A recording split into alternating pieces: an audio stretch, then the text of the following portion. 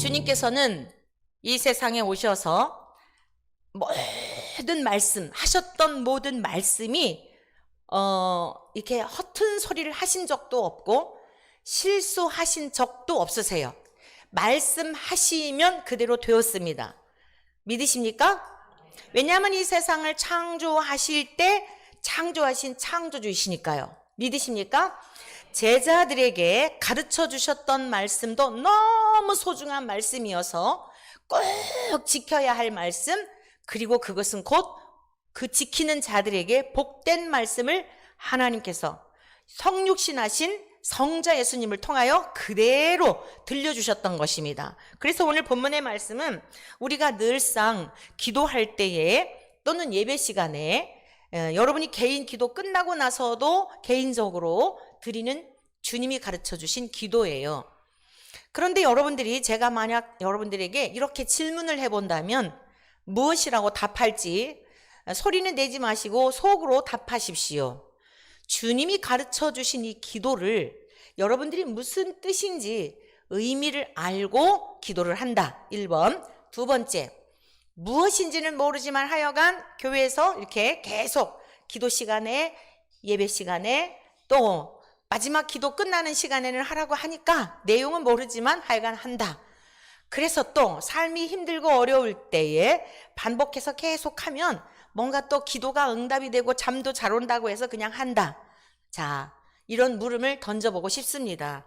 대부분 무슨 의미인지를 알기 때문에 하는 것보다는 그냥 습관적으로 그냥 타성에 젖어서 예배 시간에, 기도의 시간에 잠 안 올 때 반복해서 하면 잠이 온다라고 누군가 들려주어서 힘들고 어렵고 괴로울 때, 우울할 때 그거 계속 해봐. 그러면 괜찮아질 거야 라고 하는 누군가의 그런 여러분 주문에 의해서 주문과 같은 기도를 드리고 있었던 것은 아닌지, 이것은 1차적으로 목회자의 책임이죠. 왜냐하면 이 의미가 무엇인지를 성도들은 알 수가 없으니까.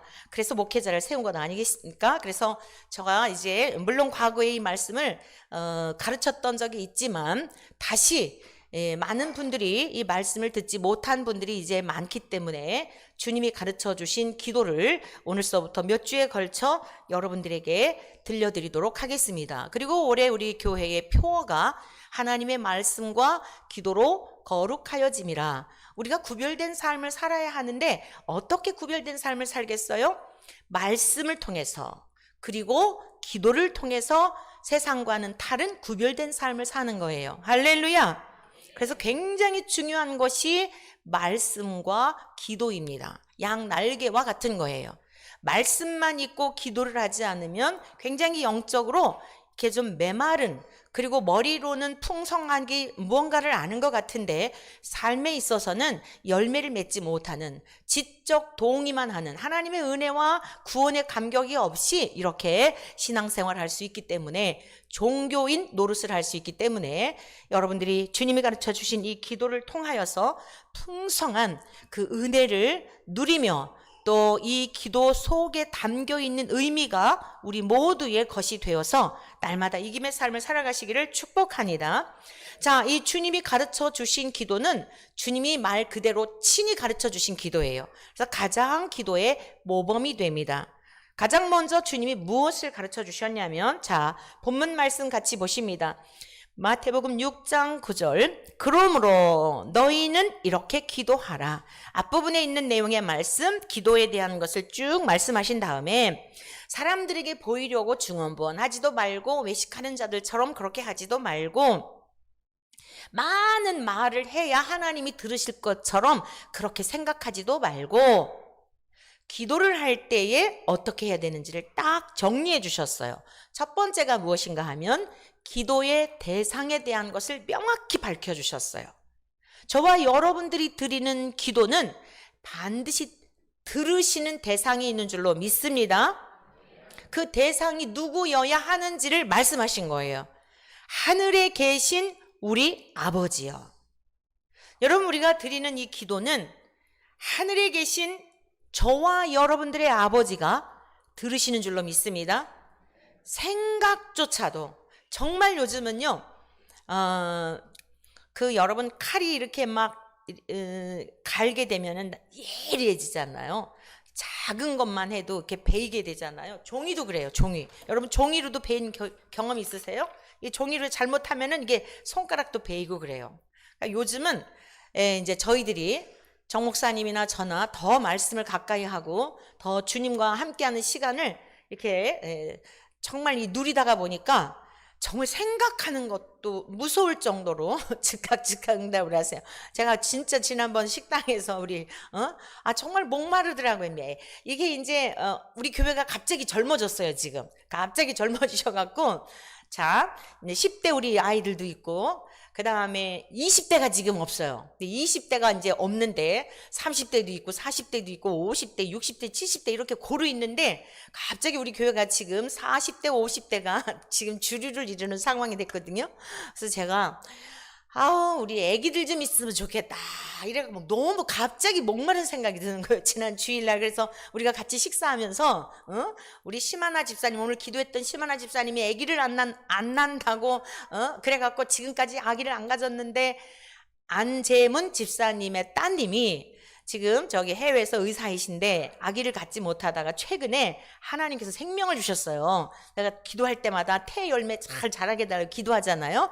심하나 집사님이 아니고 안재문 집사님 따님이에요. 확실히 밝혀드릴게요. 그랬더니 지난주 제가 기도하고 나서 모두 다 우리 심하나 집사님 주변에 모여가지고 아니 이상하다 저기 뭔 일이 있나 하고 나중에 물어봤더니 오늘 목사님이 태중에 있는 아기를 위해서 기도를 했는데 집사님이 임신했냐고. 할렐루야. 곧 우리 심하나 집사님의 부부를 통해서도 태 열매가 맺힐지어다. 그럴 일이 없을 거라 그러는데 아이고 엘리사벳도 나이가 늙어 애기 낳을 수 없는데 세례 요한이 태어났어요. 요즘 젊은이들은 너무 키우는 거 힘들고 이러니까 아기를 안 낳으려고 결혼할 때부터 약속을 했대요. 우리 애기 낳지 말자 이랬대요. 근데 자녀가 왜 중요하냐면 자녀를 키우면서 하나님이 우리를 얼마나 사랑했는지를 깨닫게 되는 거예요. 거기에 의미가 있는 거예요. 애들이 속색이고 말 안 듣는 걸 보면서 내가 얼마나 하나님 앞에 징글징글하게 말을 안 들었는지를 깨닫는 거예요. 할렐루야. 그 가운데서 이겨내는 거예요. 이겨내고 그러면서 사람이 되는 거예요. 근데 요즘 젊은이들이 뭐예요? 시집도 안 가고 장가도 안 가고 편하게 살겠다는 거예요. 디모데후서 3장에 있는 말씀하고 똑같죠. 말세가 되면 자기를 사랑하며 돈을 사랑하며 교만하며 쾌락을 사랑하기를 하나님 사랑하는 것보다 더하며 이게 말세에 나타나는 징조들이에요. 사실 아이를 갖게 되면 짐인 것은 사실이에요. 많은 부담이 있어요. 그러나 가장 중요한 것은 생육하고 번성하라 하신 하나님의 명령이고 또한 자녀들을 양육하면서 사람됨이 무엇인지 얼마나 우리들의 부모님이 나를 키우기 위해 수고하셨는지 어떤 희생의 터 위에 내가 세워졌는지 여러분 모르는 것들을 많이 알게 돼요. 그리고 막 깎이게 되는 거예요. 둥글둥글 하면서 이기적이고 자기밖에 몰랐던 사람, 그저 나밖에 모르는 사람, 이런 사람들이 나중에는 이렇게 다른 사람도 배려할 줄 알고 많은 유익이 있어요. 시집을 안 가거나 장가를 안 가려는 여러분들은 사도 바울과 같이 오직 주를 위해서 복음을 위해서 물질도 바치고 여러분이 목숨을 바칠 것이면 우리 원천교회 젊은이들은 그러면 괜찮아요. 아멘 할렐루야예요. 여러분의 젊음도 재물도 청춘도 사도 바울처럼 예수님처럼 다 올인한다면 저는 기쁨으로 환영하겠어요. 그리고 제가 전도하는데 가자 그러면은 아멘 할렐루야 따라다니면 괜찮아요. 이런 분들은 괜찮은데 그렇지 않고 나의 육신의 이기심을 위해서 편한 것을 위해서 그러는 것은 하나님이 특별하게 허락하심이 아니라면 이제 그게 하나님께서 명하시는 거죠. 그래서 우리 이제 심하나 집사님이 그렇게 막 임신한 줄 알고 그래갖고 모르겠다. 하나님 어떻게 하실지. 네, 저는 축복하였습니다. 근데 아무튼 오늘 로이가 이렇게 대신 왔어요. 생각만 하였는데도 우리 귀한 아기를 보내주셔서 종에게 기쁨을 주시고 그 생각조차도 오늘 또 연락하셨구나 하면서 예배에 더 이렇게 기쁨 속에 드리지 않습니까? 여러분 하나님은 우리의 생각까지도 보시는 분이라는 것을 믿으십시오. 그래서 생각도 조심해야 하는 것입니다. 하물며 우리의 행동은 어떻습니까? 오늘 우리 주님께서 하늘에 계신이라고 하는 우리가 기도를 드릴 때 받으시는 그분은 하늘에 계신 분이라고 하는 것은 초월적인 존재라는 뜻입니다. 하늘이라고 하는 것은 이 땅과는 완전히 대비되는 거잖아요. 또 하나는 어떤 개념이냐면 초월적인 의미도 있지만 또 하나는 뭐냐면 통치적 개념도 있는 거예요. 이 땅에 있는 사람들은 땅의 것만 통치하는 거예요. 땅의 왕들은 그 구역에서만 경계에 따라서 대한민국의 대통령은 대한민국만 치레해야지 일본에까지 가갖고 내가 대통령 할래? 이 말도 안 되는 거죠. 지금 전쟁이 일어나는 거예요. 땅의 왕들은 경계선 안에서 그 나라에서만 하지만 하늘에 계신 그분이 누구라고요? 누구의 아버지? 누구의 아버지? 나의 아버지만이 아니라 저와 여러분들의 아버지. 할렐루야. 그래서 오늘 주님 안에서 모인 이 모임이 정말 아름다운 줄로 믿습니다. 요즘 이제 우리 성도님들이 우리 교회가 천국 같다는 이야기들을 많이 하세요. 위로를 얻고 평안을 얻고 막 이렇게 형제를 만나는 것 같고 막 동양인 고향 사람을 만난 것 같고 이런 다양한 표현들을 해주시는데 맞습니다. 이게 정상적인 교회예요. 근데 막 살얼음판 같고 조금만 건드리면 폭발할 것 같고 막 그냥 얼굴에 그냥 막 울그락불그락하고 막 어떤 교회는 막 주방에서 또 어느 교회는요 남선 교회들이 설거지하다가 싸워가지고 교회를 나갔대. 예? 남선 교회 회원들이 여성들이라면 이해가 돼. 근데 남선 교회 회원들이 자기들이 하겠다고 그래놓고서는 그리고서는 누구는 안 한다고 싸워가지고 그냥 여러분 지금 교회들이요 얼마나 이런 교회들이 많은지 몰라요. 왜 그렇죠? 은혜가 없이 구원의 감격이 없이 하나님이 우리를 얼마나 사랑하시는지 나만 사랑하시는 게 아니라 옆에 있는 권사님도 집사님도 아이들도 사랑하시는 우리의 아버지라는 이러한 믿음이 없기 때문에 나만 봉사하니까 손해보는 것 같아서 짜증이 나는 거예요. 한두 번은 괜찮은데 자꾸 하다 보니까 얻어먹기만 하는, 얻어먹는다기보다 봉사는 안 하고 차려주는 것만 먹는 사람을 보니 이게 그냥 막 마음이 부글부글 끓다가 어느 순간이 되면 팍 해가지고 이런 지경이 되는 거예요. 많은 교회들이 비본질적인 것 때문에 갈라지고 교회가 나뉘어지고 그리고 성도들 간에 시험 들고 이런 교회가 얼마나 많은지 몰라요. 오늘도 제가 주방에 가봤더니 먹거리가 막 여러 가지가 막 있어요. 다들 이제는 뭐 하라 마라 할 필요가 없어요. 그냥 여러분이 먹고 싶고 대접하고 싶으면 갖고 오시면 돼요. 할렐루야. 이게 하나님의 교회예요. 30여 년이 넘게 걸린 거예요. 하나님께서 교회를 깨끗게 하시고 정말 누가 했는지 모르고 청소들도 누가 했는지 모르고 이제는 서로 하겠다고 하고 먼 곳에서도 와서 봉사하고 섬기고 여러분 하나님이 무엇이 아쉬워서 우리에게 뭘 요구하겠습니까? 우리의 마음을 원하시는 거예요. 주님이 너무 좋은데 내가 뭘 좀 기쁘시게 해드리고 싶잖아요. 그러니까 하나님께 예배를 드리는 성전을 깨끗게 하고 자, 지금 리모델링 우리가 한 번도 광고를 안 했잖아요. 근데 지난주부터 이제 리모델링 헌금이 들어와요. 그러니까 이제 어느 집사님이 물어보시더라고요. 목사님 왜 광고를 안 하세요? 리모델링 그 헌금 하라고 광고할 때 기다리고 있었는데 알아서들 하세요. 알겠습니다. 네, 알아서들 하세요. 시험 들지 마시고 여러분들이 헌금하는 것만큼만 이 리모델링 할 거예요. 목사님은 막 걱정을 하세요. 막 아우 이게 막 걱정하지 마시라고 아버지 집인데 우리 종들이 왜 걱정하냐? 주님이 성도들의 마음을 움직여서 주시는 것만큼만 하면 된다. 여러분 이참에 하나님의 교회를 아름답게 단장해 보십시다. 아 뭐야 이 분위기? 에이? 여러분들 사는 집 리모델링을 할 때 생각하시면 돼요. 여러분들 한 두서너 명이 사는 집도 리모델링 할 때 어떻게 하십니까? 하나님께 예배를 드리는 우리는 교회 성전 건축하지 않아요. 여러분들에게 정말 없는데 교회까지 와가지고 누구는 많이 했는데 누구는 적게 했는데 이래가지고 열등감 드리고 싶지 않아요. 우리는 헌금 시간에 이름도 안 부르잖아요. 누가 했는지 누구는 안 했는지 이게 자꾸 사람들의 의식하는 이런 게 될까 봐서 그러는 거예요. 자유롭게 하세요. 정말 주님이 너무 감사해서.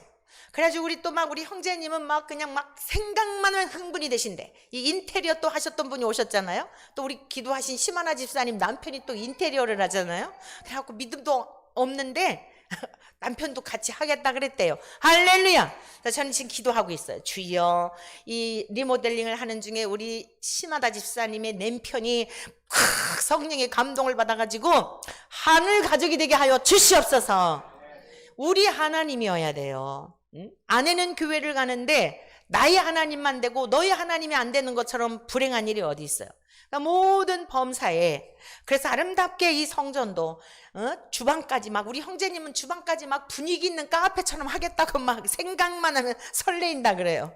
전혀 부담 갖지 마시고 아버지 집을, 내 부모님 집을, 정말 몇십 년 동안 허름했던 집을, 이거 이제 그렇지는 않아요.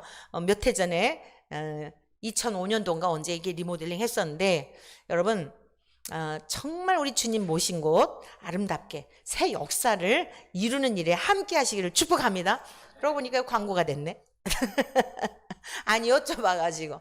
아무튼 우리 하나님이에요. 우리 하나님. 나의 하나님만이 아니라 우리 하나님. 이건 무슨 뜻이죠? 예수님께서 우리라고 하는, 그리고 우리 하나님이라고 하는 개념을 명확하게 정리해 주셨어요. 마태복음 13장 50절의 말씀인데, 어느 날 주님께서 사역을 하고 계실 때에 그 마리아와 육신의 동생, 그러니까 마리아의 몸을 통해서 태어난 그 동생들 있잖아요. 주님께 찾아왔어요.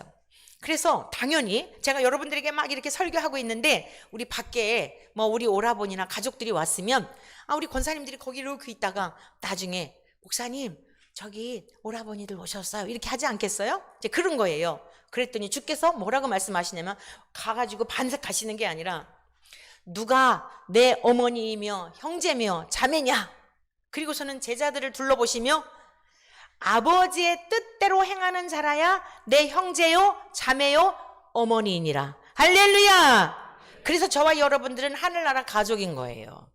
그래서 저와 여러분들은 한 분 하나님을 똑같이 아버지라고 부르는 거예요. 믿으십니까? 그래서 언제라도 이렇게 우리 최유리 전도사님처럼 몇 해 동안 다른 데 가서 열심히 사역했다가 오늘 이렇게 기쁨으로 함께해도 정말 막 반가운 마음으로 잃어버렸던 누구를 만난 것과 같은 그 감격으로 함께 예배 참여하는 게 뭐예요? 하나님이 맺어주신 가족이기 때문이에요. 이 땅에서도 여러분 사는 동안 우리 원천교회 속한 모든 성도님들이 천국을 경험하는 은혜가 있기를 축원합니다. 정말 네 것 내 것 없이 형제의 아픔이, 고통이 나의 고통이 되어 함께 기도하고 정죄하고 판단하는 게 아니라 죄가 많아서 그런가 봐, 이러한 것들이 아니라 삶의 무게가 얼마나 힘들었으면 이런 어려운 일을 그랬을까, 함께 내 아픔처럼 생각하고 여러분들이 그들을 위해 기도할 때에 의인의 간구는 역사하는 힘이 많으니라. 병든 자에게 손을 얹은 즉 나으리라. 왜 공동체에 나 혼자 내 기도하면 되지, 다른 사람을 위하여 병든 자에게 손을 얹은 즉 나으리라. 우리 이석인 형제님 간증을 해야 되겠어요. 이제 지난주 우리가 같이 기도했잖아요. 교통사고 나서 이게 좀 속히 치유가 되도록. 지금 막 정말 힘든 중에 한쪽이 다 마비가 된 상태인데 겉으로 보면 그냥 아주 젠틀하고 멋있게 생겼잖아요. 그러니까 아무렇지도 않은 것 같잖아요. 너무너무 힘들대요, 이 마비가 돼서. 그래서 이제 며칠 전에 어떠한지 하고 이제 안부전화차 기도를 드렸어요. 그날 전날도 근무를 못하고 너무 힘든 중에 있다 그래요. 목소리도 너무 힘이 없고 정말 안타까운 마음으로 기도를 드렸어요. 그랬는데 저녁 나절에 전화를 이제 보니까 부재중 전화가 찍힌 거예요. 다시 전화를 드렸더니 목사님, 목사님 오늘 기도를 계속 저를 위해서 해주셨나 봐요. 왜요? 그랬더니 이 다리가 저리고 무겁고 그래가지고 내 다리 같지가 않았대요. 근데 갑자기 다리가 가벼워져가지고 할렐루야! 일 나갔다는 거야. 목소리도 밝고. 그래서 막 다른 또 동료에게 전화를 했더니 그 소식을 알렸더니 목소리가 막 너무 밝아지고. 그러니까 여러분 정말 우리 원천교회는요 많은 기적이 있었던 교회예요. 옛날에 우리 작은 딸의, 형이가 작은 딸이지? 친구 맞지? 우리 작은 딸의 친구에게 제가 전도를 했었어요. 전도를 해가지고 엄마도 나오고 딸도 우리 교회를 나왔어요. 그랬는데 이 아빠가 이제 외국 은행에 부지점 장까지 하신 분인데 아주 뭐 세상적으로 잘 나가고 뭐 아쉬운 게 없잖아요. 그러니까 이제 막 아빠가 너무 이제 좀 이렇게 마음이 뻣뻣하셨어요. 근데 이제 이 산모녀가 아빠한테 전도하려고, 아빠 교회 나가자, 아빠 우리는 천국 가는데 아빠 지옥 가면 돼, 어떤 얘기를 해도 안 들으셨는데, 딱 무슨 말에 이분이 이제 그랬냐면 작은 딸을 유난히 이뻐했대요. 그래가지고 네가 반에서 5등 안에 들면 내가 가지, 그런 거예요. 근데 하나님께서 이 생명을 구원하시려고요, 이 아이가 전교에서 2등인가 그랬어요. 할렐루야. 그러니까 안 나올 수가 없잖아요. 억지로 나온 거예요. 이제 억지로 나와준 거예요. 저 뒤에 앉아있는데 이분이 비장이 없대나 그래요, 이 집안 형제들이. 그래서 제가 이분이 딱 거기 와 앉아 계신데 그 자체가 감동인 거예요. 이유야 어떻든 간에 그 한 영혼이 와서 앉아있는 게 너무너무 감동이 돼가지고, 설교 시간에, 아니 설교하고 이제 그 축복기도 시간 있잖아요, 봉헌기도 시간에 간절한 마음으로 기도를 하는데 할렐루야, 즉시로 나왔어요. 이분이 집에서 전철까지 가는데 그 가까운 전철인데도 20-30분 걸렸대요. 지하 내려가는데 힘들고 뭐하고. 그래가지고요, 너무 신기하다고. 여러분, 우리 주님 주변에요, 죽었다가 살아난 자들, 불치병에서 고침받은 자들 많이 있었어요. 그렇다고 다 천국 가는 거 아니에요. 여러분, 그것을 다 은혜로 받는 거 아니에요. 여러분 명심하세요. 근데 제가 이제 안타까웠던 게 뭐냐면요, 그래갖고 건강해지셨어요. 그분이 아실지 뭐 할지는 모르지만 하여간 그 주부터 아프지 않다는 얘기를 제가 들었으니까 이거는 하나님이 하신 거잖아요. 선천적인 건데. 근데 이제 항상 이분이 안타까운 게 뭐냐면, 죄에 대한 설교를 하면 이게 얼굴이 안색이 안 좋으신 거예요. 여기 다 살펴지잖아요. 그래서 제가 이렇게, 형제님 죄에 대해서 어떻게 생각하세요? 그러면 굉장히 불편해 하셨어요. 이제 뭐 본인들이 원하는 교회에 이제 지금 뭐 잘 나가고 계시겠죠. 여러분, 우리의 신앙이라고 하는 것은 병 고치는 데 목적이 있는 게 아니에요. 하나님이 필요하시면 즉석에서 안진뱅이도 일으켜주세요. 그것이 목적이 아니라 영원한 천국이 목적임을 여러분 명심하시기를 축복합니다.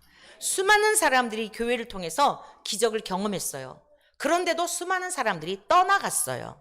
왜요? 가장 본질적인 거, 교회의 목적은 죄의 문제를 해결받고 예수 그리스도를 믿어 예수 그리스도의 보혈로 죄 씻김 받음으로 말미암아 천국에 가는 게 교회를 세우신 목적이에요. 믿으십니까? 죽었던 나사로도 또 죽었어요. 병 고침을 받았다고 해서 성령을 받았다고 착각하면 안 됩니다. 병 고침을 받았다고 해서 하나님이 표적을 보여주셨지만 그것이 곧 천국 가는 지름길은 아니에요. 증표를 보여주신 건 너무 감사한 건데, 이거 뭐죠? 하나님이 살아계시구나, 놀랍다. 이전엔 내가 이랬는데 야, 어떻게 이렇게 전철을 내려갈 때 20-30분씩 짧은 거리인데도 힘들다고. 분명히 제가 그 아내를 통해서 속해 성경 공부 가르칠 때마다 제가 같이 기도했었거든요. 근데 말짱해졌는데, 그러면 깨달아야 되잖아요. 희한하다, 내가 교회 나가면서부터 깨끗해졌네, 깨달아야 되잖아요. 여러분, 깨닫는 은혜가 있기를 축복합니다. 작은 것을 통해서도 하나님 앞에 감격하면 하나님께서 기쁘셔가지고 자꾸 주시는 거예요. 여러분, 정말 일상에서 주님을 찬양하는 것이 삶이 되시기를 축복합니다. 주님을 찬양하지 않을 수 없는 삶이어야 합니다. 이 예배 드릴 때만이 아니라 일상에서 그거를 나누고 그것을 하나님 앞에 올려드리고 이웃들에게, 그게 뭐예요? 찬송의 삶인 거예요. 그게 하나님 우리를 부르신 목적이에요. 그렇게 살다가 천국에 가는 겁니다. 그게 뭐예요? 이 땅에서도 천국을 사는 것이에요. 그래서 오늘 주님께서 말씀하시기를 하늘에 계신 우리 아버지요, 나만이 아니라 우리 모두의 아버지란 말이에요. 여기에는 선교적 책임이 있는 거예요. 너만의 하나님이 아니니까 너의 가족들에게, 너의 이웃들에게, 사랑하는 자들에게 이 복음을 전해주어서 함께, 그 다음에 뭐죠? 하늘에 계신 우리 아버지여, 이름이 거룩히 여김을 받으시오며, 너만이 아니라 너의 가족들이, 주변에 있는 자들이 하나님의 이름을 높여드리도록. 이름이라고 하는 것은 무엇인가 하면 두 번째인데, 여러분, 이름이 거룩히 여김을 받으시오며, 이거는요 10계명을 완성하는 기도예요. 여러분, 주님이 가르쳐 주신 이 기도는 10계명을 완성하는 기도입니다. 왜냐하면은 이름이 거룩히 여김을 받으시오며, 이걸 지금 두 번째 가르쳐 주셨거든요. 출애굽기 20장을 함께 찾아보시겠습니다. 출애굽기 20장. 자, 이참에 우리가 십계명도 외워보십시다. 이번 주에 여러분 과제입니다. 제가 지난주에는 여러분 일상 속에서 하나님이 행하신 일들을 추억하는 것이었는데 많이 경험하셨지요? 네, 오늘 저는 우리 로이를 간증했어요. 또 그 외에도 굉장히 많아요. 그러면 막 설교 시간이 너무 길어지니까. 자, 여러분 보세요. 십계명, 이번 주에는 십계명을 우리 외워보십시다.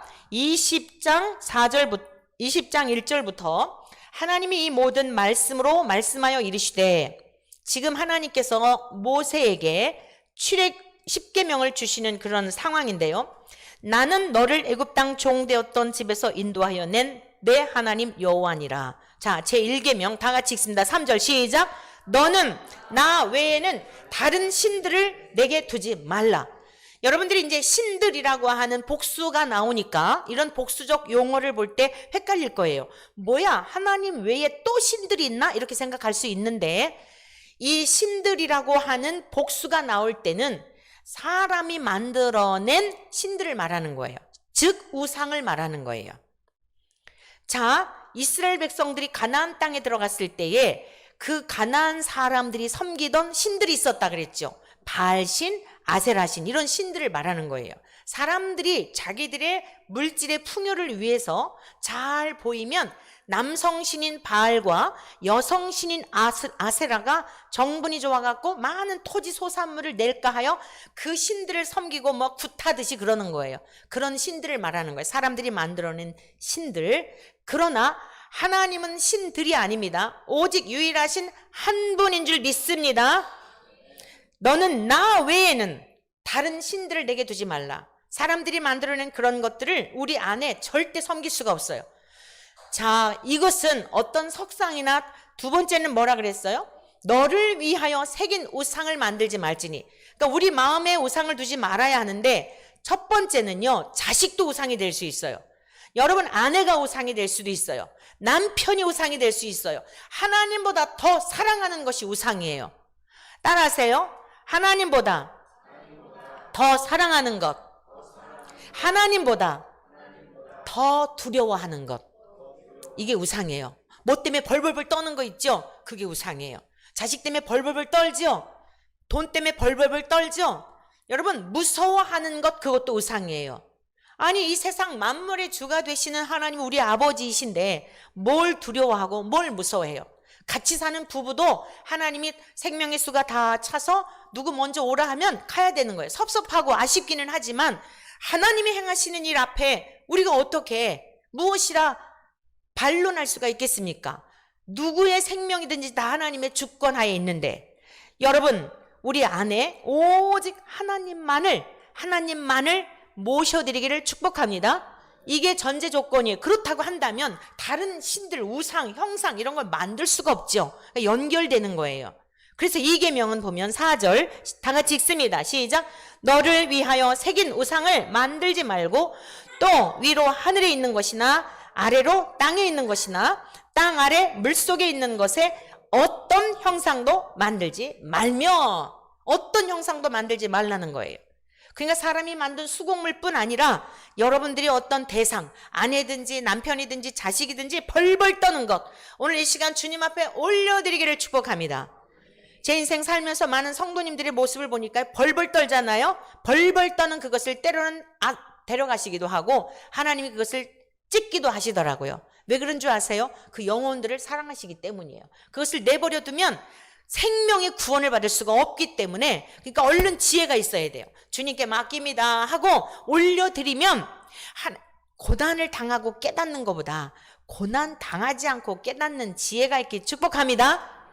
뺑뺑 돌아다니면서 훈련하는 것보다 직로를 가면서 주님을 따라가면서 누리고 감격하며 신앙생활하는 게 더 좋잖아요. 제가 고난의 삶을 이렇게 지나오다 보니까 어떻게 지나왔지? 그 다 은혜예요. 은혜라고밖에 할 수 없는데 진짜 어떻게 지나왔지? 다시 되돌아가서 그 삶을 살라고 하면 살 수 있을까 싶은데, 그래서 우리 자녀들에게 그렇게 늘 이루죠.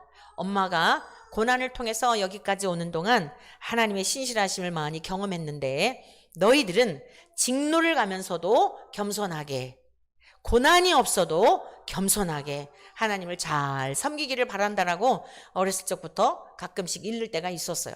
여러분들에게도 그 은혜가 있기를 축복합니다. 우상을 두시면 안 돼요. 어떤 형상이든지 우리 안에 이걸 두시면 안 돼요. 세 번째, 자, 더 읽겠습니다. 5절 더 읽습니다. 그것들에게 절하지 말며, 절이라는 건 뭐죠? 굴복한다는 의미잖아요. 우상에게 굴복한다는 의미예요. 그것들을 섬기지 말지니라. 섬기지 말라. 나 내 하나님 여호와는 질투하는 하나님인즉 나를 미워하는 자의 죄를 갚되 아버지로부터 아들에게로 3, 4대까지 이르게 하거니와 나를 사랑하고 내 계명을 지키는 자에게는 1000대까지 은혜를 베푸느니라. 여러분, 우리가 하나님을 경외하고 하나님을 우선으로 섬기고 하나님의 그 은혜 안에 거처를 삼고 우리가 살아갈 때 1000대까지가 뭐죠? 영원토록 지켜주신다는 뜻이에요.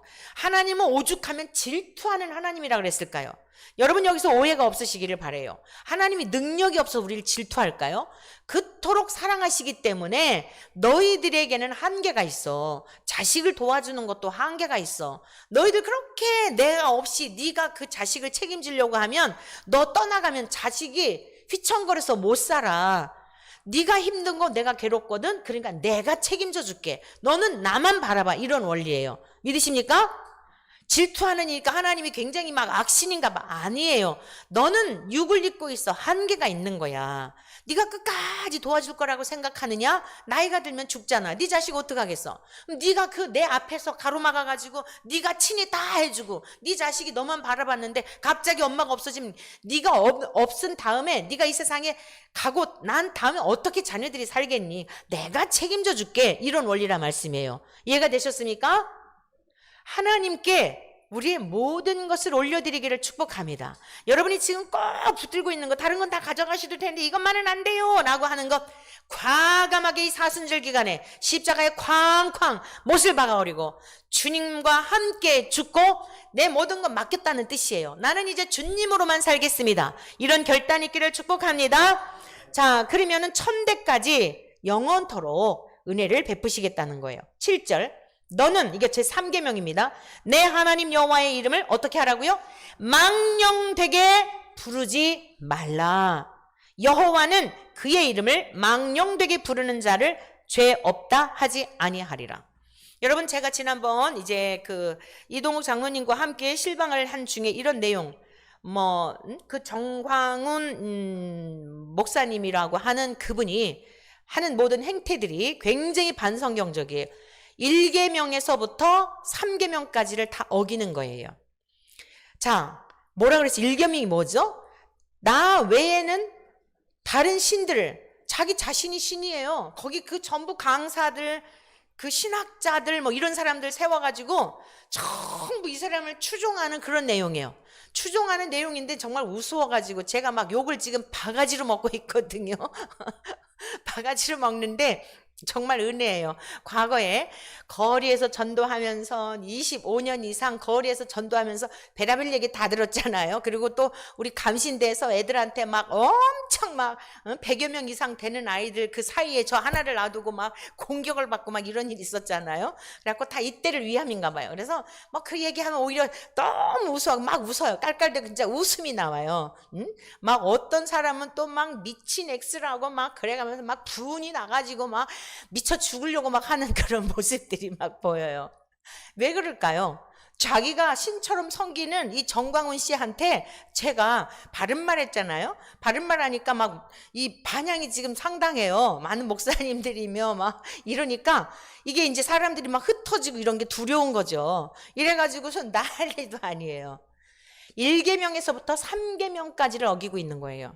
하나님의 이름을 망령되이, 하나님 너 까불면 죽어? 또 하나님 사표내, 내가 하나님 할게. 그리고선 이 사람들은 뭐라 그런지 알아요? 이게 이제 그 잘못됐다고 그러면 농담이라 그래요. 여러분, 하나님 앞에 농담으로라도 하나님 나한테 까불면 죽어 할 수 있어요? 무당도요 양심이 있거든요. 무서워서 그렇게 말 못해요.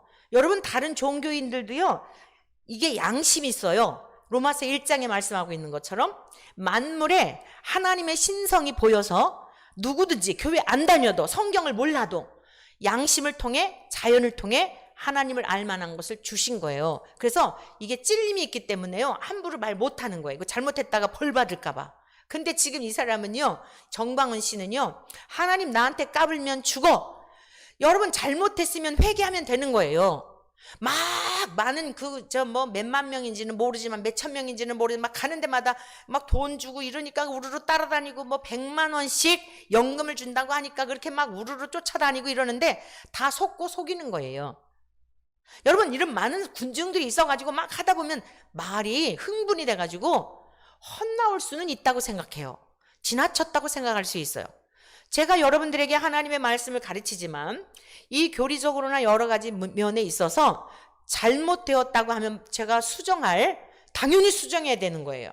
당연히 제가 다 아는 신이 아니에요. 내주하시는 성령님을 통하여 또 앞서간 많은 건강한 정통 교단의 학자들이 해석한 것, 또 초대교회적인 것, 내주하시는 성령님을 통해 여러분들에게 가장 정확하게 해석하여 들리려고 최선을 다하고 있어요. 그런데 만에 하나 뭔가가 조금 해석이 이상했다. 그 이상한 대로 내버려두면 이상해지잖아요. 그럼 저의 영혼이 파멸로 가는 거예요. 그러면 잘못했으면 하나님 나한테 까불어주면 나도 모르게 막 튀어나왔어. 어떻게 해야 되죠? 하나님께 회개를 해야 되죠. 가슴을 치며 애통하며 회개해야 되죠. 주님 죄송합니다. 저도 모르게 많은 사람들이 추종을 하다 보니 우쭐해져가지고 저도 모르게 튀어나왔습니다. 너무너무 죄송합니다. 하나님과 독대하여 회개하고 공개적으로도 여러분 이거는 정말 망발입니다. 제가 망하는 길입니다. 이럴 수 없는 일인데 저를 위해 기도해 주십시오. 제가 겸손해지도록 기도해 주십시오. 여러분 우리 원천교회는 저를 위해서 이걸 위해서 기도해 주세요. 그 댓글에 보니까 어느 성도님의 안타까운 마음이 제가 와닿았어요. 목사님 정말 이 시대의 귀한 분 같은데 앞서서 많은 분들이 귀하게 쓰임받다가 마귀의 종이 된 거를 너무 많이 봐가지고 목사님은 부디 그 길을 가지 않기를 바래요. 누군지도 몰라요. 근데 많은 분들이 댓글로 막 격려를 하고 이 시대에 진짜 한국 교회를 살릴 수 있는 보석과 같은 목사님으로 쓰임받기를 기도할게요. 누군지도 몰라요. 여러분들은 저를 위해서 초심을 잃지 말고 정말 한결같이 제가 원하는 게 뭐예요? 주님의 이름을 높여드리는 거. 여기 우리 주님이 가르쳐 주신 대로 그의 이름이 거룩히 여김을 하나님은 우리가 거룩하게 해드리지 않아도 거룩한 분이에요. 믿습니까? 우리가 높여드리지 않아도 높임을 받으세요. 그런데 우리가 하나님을 높여드릴 때에 하나님이 영광을 받으실 뿐만 아니라 우리를 창조하신 그 기쁨 속에 또 하나님도 누리시지 않겠습니까? 여러분 그것이 복인 줄로 믿습니다. 그러므로 저도 여러분들도 마찬가지예요. 우리 모두는 앞으로 하나님께서 이 교회에 많은 성도님들을 보내주실 거예요. 원치 않아도 보내주실 거예요. 우리는 어떤 자세를 가져야 되냐? 한결같이 지금처럼 정말 누가 무슨 일을 했는지 잘난 척하는 사람, 그것을 30년 이상을 다루셨단 말이에요. 근데 우리가 다시 그 길로 돌아가면 되겠습니까? 보낼 자 보내시고 세울 자 세우시고 끝까지 흔들거리는데 붙들고 여기까지 오셨는데 잘난 척하면 야자 없어요. 저부터도. 그러니까 한결같이 종들을 비롯해서 여러분들이 무슨 일을 해도 누가 했는지를 모르는, 아 주님이 하셨구나, 진짜 은혜이구나, 이러한 교회가 되기를 간절히 축복합니다. 우리는 이것을 위해서 기도해야 할 줄로 믿습니다. 이것을 위해서 우리의 마음이 높아지지 않도록 죄와 싸우되, 이 교만이 우리를 사망으로 인도하는 거예요. 그게 마귀의 본성이잖아요. 죄와 싸우되 피 흘리기까지. 사람과 싸우는 게 아니에요. 우리 안에 있는 내면의 교만의 성품, 잘난 척하고 싶고 주목받고 싶고 영광을 가로채고 싶은 이것 때문에 다 망하는 거예요. 저도 여러분들도 오직 주님만 높여드리는 우리 주님의 가르침이 바로 그거잖아요. 뭐예요? 너는 나 외에 다른 신들을 내게 두지 마라. 우상도 두지 마. 어떤 형상도 두지 마. 하나님의 이름을 망령때 일컫지 마라. 이게 점진적인 겁니다. 하나님을 우선으로 여기지 않으면 이게 밖으로 튀어나와가지고 이런 망발을 하는 거예요. 절대 각각이 아닙니다. 그래서 오늘 주님께서 주기도문 가르쳐 주신 이 내용은 10계명을 완성하는 기도예요. 믿으십니까? 하늘에 계신 우리 아버지요, 이름이 뭐예요? 그분의 성품, 그분의 권위, 그분의 어떤 영광, 권세, 이런 걸 말하는 거예요. 그 사람들이 운영하는 너는 아냐 TV라고 있어. 제가 이름 바꿨어요. 그 괜히 조회수 올려줄까 봐. 너는 아냐. 이건 내가 만들어낸 거야. 거기에 나오는 정광훈 씨 그 집단에 있는 어떤 사람이 거기 뭐 부목이래나 뭐 그 사람이 야 원순아 막 저보고 이래. 우리 교회 와가지고 사진 다 찍어갔어요. 그래갖고 다 공표를 한 거야. 너무 감사해. 우리 교회를 지금 전 세계적으로 다 홍보하고 있어요. 우리 교회 야야야 그 지하 아유 뭐 좀 하는 줄 알았더니 그 이래가면서 유튜브에다가 그러고 막 하는데 수만 명이 그걸 또 봤더라고요. 그러니까 궁금하잖아요. 도대체 이 교회가 어디야? 그래 우리 지금 홍보를 해주고 있는 거야. 얼마나 감사해요. 그러면서 야야야 그 오죽 그런 그 지하에서 말이지 막 이래가면서 얼마나 조롱을 하고 비아냥을 거리고 그러는지. 자, 이렇게 하나님께서는 우리 교회를 이 교회가 어떤 교회인지를 드러낼 때가 임박한 줄로 믿습니다. 할렐루야. 곧 이어 개봉박두 우리도 이제 이 우스꽝스러워 보이는 원천교회가 어떤 교회인지에 대한 거를 이제 곧 다시 실망을 할 거니까 열심히 여러분들 보시고 기도해 주시고 주변에 막 퍼날라 주셔가지고 참된 진리가 전파되는 기회가 되도록 여러분 힘써 주시기를 바랍니다. 근데 우리는 어떤 마음 가져야 돼요? 그 길을 가면 안 돼요. 그냥 우린 도구예요. 주님만 전하고 우리 주님이 가르쳐 주신 대로. 지금 주님이 이 땅에서 산상수훈에서 기도를 가르쳐 주셨는데 이 한마디로 말씀드린다면 10계명을 완성하는 기도를 드린 거예요. 딴소리 하신 게 아니에요. 주의 종들이 딴소리 할 때부터 이상해지는 거예요. 예수님은요 우리가 몰라서 그렇지 구약의 말씀들을 해석해 주시고 그 말씀의 의미의 깊은 진의가 무엇인지를 드러내 주시고 그 말씀으로 설교만 하신 게 아니라 그 말씀을 삶으로 살아내신 줄로 믿습니다. 이 성경은 창세기에서부터 구약까지 말씀 자체이신 주님께서 완성해 주신 거예요. 이 땅에 오셔서. 그리고 이 기도를 통해서는 우리가 십계명 하면은 딱딱한 생각이 들잖아요. 이 주기도문 속에 엄청난 이게 십계명을 완성하는 기도이구나 라고 하는 것을 알 수 있다 이런 말씀이에요. 그래서 말씀을 맺겠습니다. 자, 하나님의 이름을 저와 여러분들이 구별되게 높여드리지 않아도 하나님은 영광을 받으세요. 근데 우리의 사명이 뭐예요? 하나님의 이름을 거룩하게 드려야 돼요. 절대로 가볍게 여기면 안 돼요. 안 보인다고 여러분 경홀히 여기면 안 돼요. 그 다음에 주님이 뭘 가르쳐 주셨어요? 나라가 임하시오며 하나님의 나라가 임하시도록. 자, 여기서 좀 이상하지 않아요? 천국에 가게 해주세요 이렇게 가르쳐 주시지 않고 하나님의 나라가 임하도록 가르쳐 주셨어요. 무슨 뜻이죠? 오늘의 삶의 자리에서부터 하나님의 나라가 임하는 것을 주님은 원하신다 말씀이에요. 그게 가장 중요한 현장이 어딜까요? 예배 현장이에요. 예배 시간에 하나님을 만나는 시간이에요. 하나님의 것을 우리에게 막 쏟아 부어주시는 시간이에요. 말씀을 통하여 여러분의 찬양을 통하여 하나님께 감격을 올려드리고 기도를 통하여 여러분의 모든 애로사항을 올려드리고 여러분들이 기쁨도 올려드리고 슬픔도 올려드리고 기도는 다 그런 의미가 있잖아요. 슬플 때 눈물만 흘려도 다 아세요. 믿습니까? 많은 말 안 해도 이제는 여러분 생각만 해도 막 한 달 막 1년 기도하지 않아도 하나님이 기뻐하시면 하나님과의 관계가 잘 형통돼 있으면 생각만 해도 다 들어주시는 거예요. 여러분 부부들 살다 보면 눈빛만 봐도 딱 알잖아요. 이렇게만 해도 아내가 얼른 일어나서 물 떠다 주잖아요. 자식도 그렇잖아요. 여러분들이 뭔가 애 딱 보면은 이렇게 밥 숟갈을 먹었는데 뭔가 딱 보면 엄마가 알아가지고 엄마 물 줘 이런 얘기 안 해도 알아서 하죠. 육신의 부모, 육신의 부부지간에도 그래요. 그냥 눈빛만 봐도 건드리면 안 되겠다 이런 거 있잖아요. 뭔가 기분이 나쁘다. 내가 여기서 더 말했다가는 이거 폭발하겠다. 딱 멈추잖아요. 이 살다 보면 그렇게 12년 정도 우리도 살다 보니까요. 딱 알아요. 이제 숨소리만 들어도 기분이 좋은지 나쁜지. 그러니까 싸울 일이 없어요. 여러분 하나님의 나라를 이 땅에서도 사시기를 축복합니다. 주님이 가르쳐 주셨어요. 하나님의 나라는 여기 있다 저기 있다 너희 눈에 보기에 임하는 것이 아니라 너희 안에 있느니라. 이게 무슨 뜻이냐면 하나님 나라가 뭐죠? 하나님이 통치하시는 것을 말하는 거예요. 그게 무슨 뜻일까요? 내가 주인이 되어 살던 삶에서 나의 모든 주권을 하나님께 위임하여 드림으로 하나님이 주인이 되어 사는 삶을 말하는 것이에요. 믿으십니까? 그러면 여러분 염려할 일이 있다 없다? 그렇죠.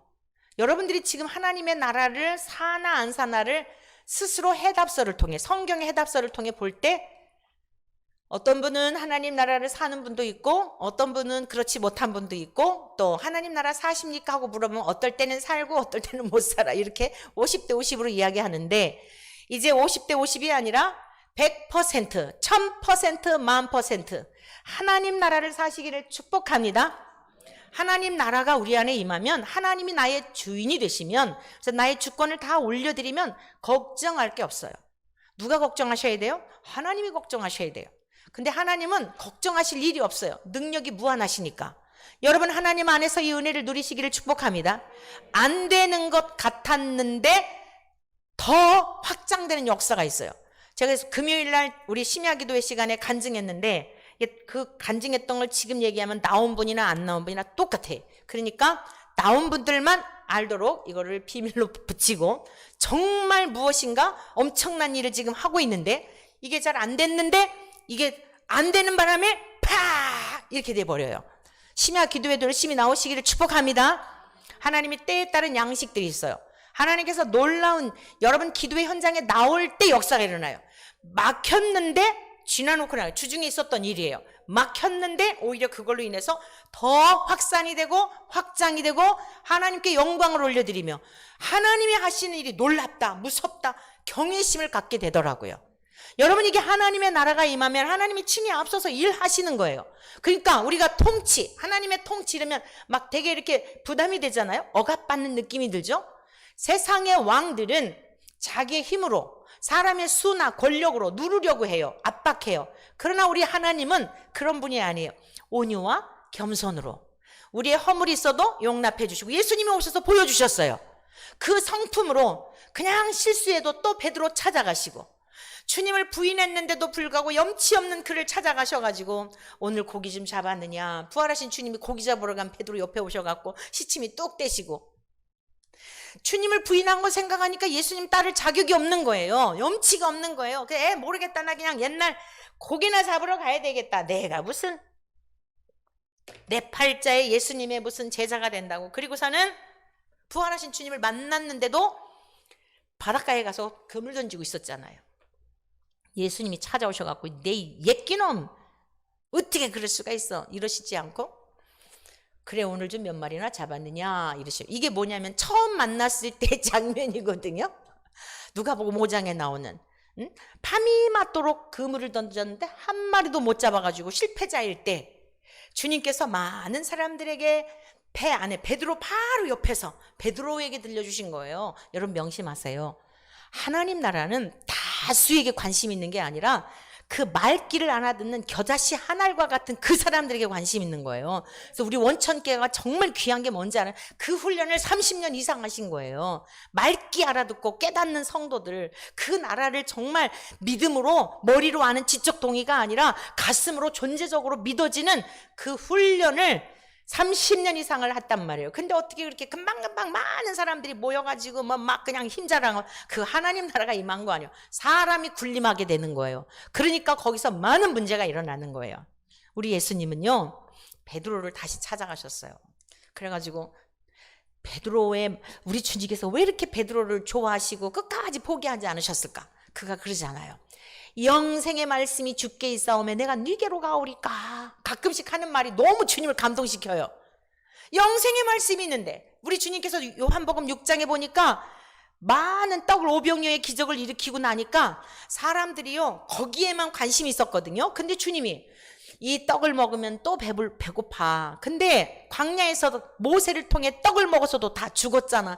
내가 주는 떡을 먹으면 죽지 않아. 그러면서 내 살과 피를 먹고 마시지 않으면 영생을 얻지 못해. 나와 상관이 없어. 여러분도 잘 못 알아듣겠죠. 그러니까 금방 기적을 경험했는데도 너무 짜증나는 거예요. 뭐야, 자기 살을 뜯어먹으라고? 자기 피를 먹으라고? 문자적으로 이렇게 들려지는 대로 이해하려니까 이 사람들이 이해가 되지 않는 거예요. 그래서 제자들, 여러분 성경에서 나오는 제자들은요 절대 그 호칭을 아무에게나 붙인 게 아니에요. 자기의 직업, 자기의 재산 모든 것을 다 반납하고 주님만을 바라보며 다른 사람들에게 붙여진 호칭이에요. 근데 많은 제자들이 있었는데 이 말씀 너무 어렵다 이러고서는요 주님을 떠나갔다 그랬어요. 주님이 얼마나 쓸쓸하셨을까요? 씁쓸하셨을까요? 얼마나 안타까우셨을까요? 그들의 등자락을 보면서. 우리 주님은 한 영혼이라도 구원하고 천국에 데려가시기를 원하시잖아요. 하나님 나라가 이 땅에서 임하시기를 원하시잖아요.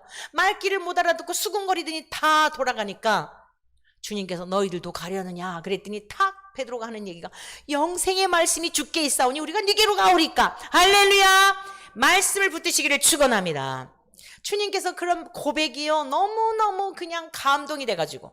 그런데 하나님 까불면 죽어 이런데 하나님이 감동받으시겠어요? 귀엽다 그러겠어요? 상투만 애들이 잡아도 버르장머리 없다고 하는데 그거는 하나님 앞에 버림받을 수밖에 없어요. 회개를 한다 하더라도요 그건 몰라요. 하나님께 맡겨드려야지. 여러분 정말 말을 조심하시기를 축복합니다. 힘들고 어려운 중에라도 주님 감동시켜드릴 수 있는, 울면서라도 감사할 수 있는 하나님 앞에 신뢰하는 고백을 드리기를 축복합니다. 하나님이 창세기 1장 28절에 복을 주시고 그 복의 개념이 뭐라 그랬어요?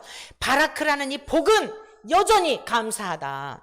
울면서도 눈물의 의미 속에 감사할 이유가 있는 아픔 속에서도 여러분 정말 소중한 것 다 앗아갔는데도 감사할 이유가 분명히 있단 말이에요. 이게 바라크, 최초에 하나님께서 사람을 지으시고 복을 주신 그 이유예요.